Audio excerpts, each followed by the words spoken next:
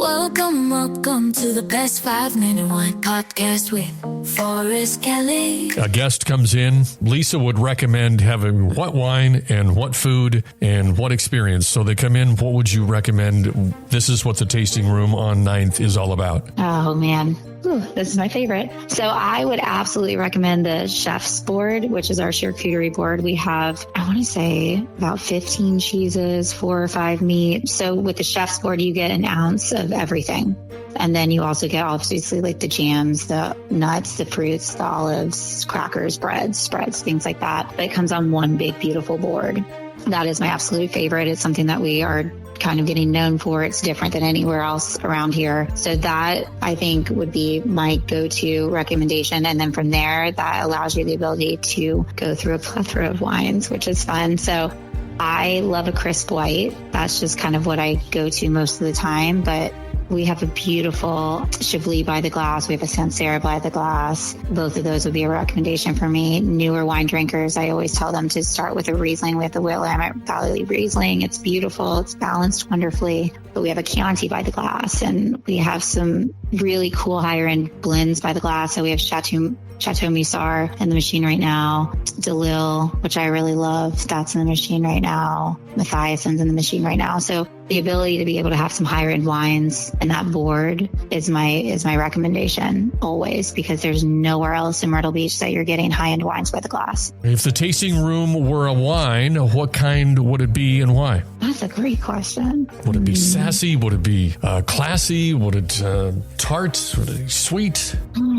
It would be a complex, bolder red, almost like a burgundy, like an older burgundy, something that where like when you open it, you get one version, but as you go through it and as you live through it and as you let it open and as it grows on you, it kind of ebbs and flows and changes and you fall in love with it. That would be the tasting room. Okay.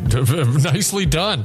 I kind of went through the experience with you there as I was mentioning. Yeah. What's a wine trend you secretly love or love to hate? Love or love to hate? Yeah, I don't know. I'm not a big trend girl. I think it was interesting when people were trying to make, and I think it was more like the Soms in bigger cities when they were trying to make like Pet Nat and like all of these orange wine. Some of them are really great and I love, but that's, I mean, you're reaching, if you're getting the average wine drinker to, you think they're going to pick these wines. It's not going to happen. They're super complex and some of them are really hard to get into. So that wasn't like my favorite thing in the world.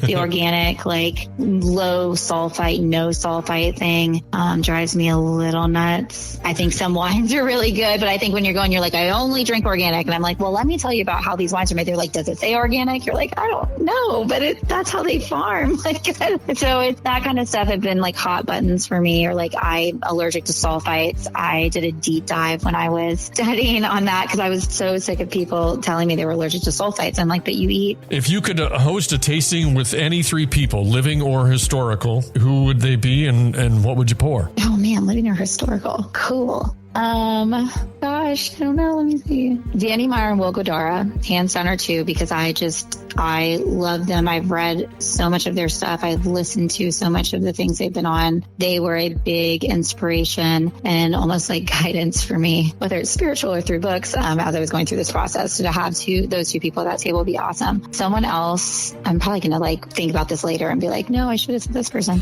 But someone else that I would find incredibly fascinating to talk to would be Rajat Parr. I think he would be so dope to have at a table. I think the way he got into wine is really cool. I think the fact that he can taste wine the way he does is incredible. I think him moving into winemaking is fascinating. So he would be someone I would love to pick his brain. The best 5-minute wine podcast. Don't forget my favorite part. Oh, please like and follow. And you can like and follow us on our social media and join in our collaborations. Just like our website, thebestwinepodcast.com, on Insta, X, you know where. The Best Wine Pod. The Best Wine Pod. Oh.